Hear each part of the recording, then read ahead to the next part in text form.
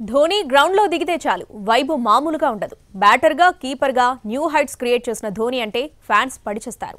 మరి కెప్టెన్గా మళ్ళీ అఫీషియల్గా ఫీల్డింగ్ సెట్ చేస్తే, తమ మాస్టర్ మైండ్తో గేమ్ ప్లాన్ చేస్తే అట్లుంటది మరి ధోనితోని అనాల్సిందే. ఇదంతా ఎందుకంటారా? ధోనికి మళ్ళీ కెప్టెన్సీ బాధ్యతలు అప్పగించింది చెన్నై సూపర్ కింగ్స్ ఫ్రాంచైజీ. ఈ సీజన్లో మిగతా మ్యాచ్లకు టీంను ధోని లీడ్ చేస్తాడు. తలా ఈజ్ బ్యాక్. అవును, సిఎస్కే కెప్టెన్గా మహేంద్ర సింగ్ ధోనిని ఎంపిక చేసింది చెన్నై ఫ్రాంచైజీ. గాయపడిన రెగ్యులర్ కెప్టెన్ రుతురాజ్ గైక్వాడ్ ఈ సీజన్ మొత్తానికి దూరమయ్యాడు. దీంతో రుతురాజ్ ప్లేస్లో ఈ సీజన్ మొత్తానికి ధోని లీడ్ చేస్తాడు. ఈ విషయాన్ని సిఎస్కే కోచ్ స్టీఫెన్ ఫ్లెమింగ్ ప్రకటించారు. ఈసారి ఐపీఎల్లో చెన్నై సూపర్ కింగ్స్ ఆట తీరు మరీ తీసికట్టుగా తయారైంది. ఇప్పటిదాకా 5 మ్యాచ్లు ఆడిన ఆ జట్టు ఒక్కటంటే ఒక్క మ్యాచ్లోనే గెలిచింది. గెలుపు ఓటములతో సంబంధం లేకుండా తలాకు సపరేట్ ఫ్యాన్ బేస్ ఉంటుంది. గ్రౌండ్లోకి ఎంట్రీ ఇస్తున్నాడంటే చాలు ఫ్యాన్స్ ఓ రేంజ్లో వెల్కమ్ చెబుతూ ఉంటారు. తక్కువ బాల్స్లోనే ధనాధన్ షాట్లతో విరుచుకుపడే ధోని లాస్ట్ సీజన్లో మ్యాచ్ ఫినిషర్గా ఉన్నాడు.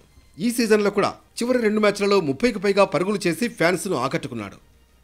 2023 ఐపీఎల్లో సిఎస్కే కెప్టెన్గా ఎంఎస్ ధోని చివరి మ్యాచ్ గుజరాత్ టైటాన్స్తో జరిగింది. రవీంద్ర జడేజా చివరి 2 బంతుల్లో ఒక 4, ఒక 6 కొట్టడంతో సిఎస్కే తన 5వ ఐపీఎల్ టైటిల్ను గెలుచుకుంది. 235 మ్యాచ్ల్లో సిఎస్కేకు కెప్టెన్గా వ్యవహరించాడు ఎంఎస్డి.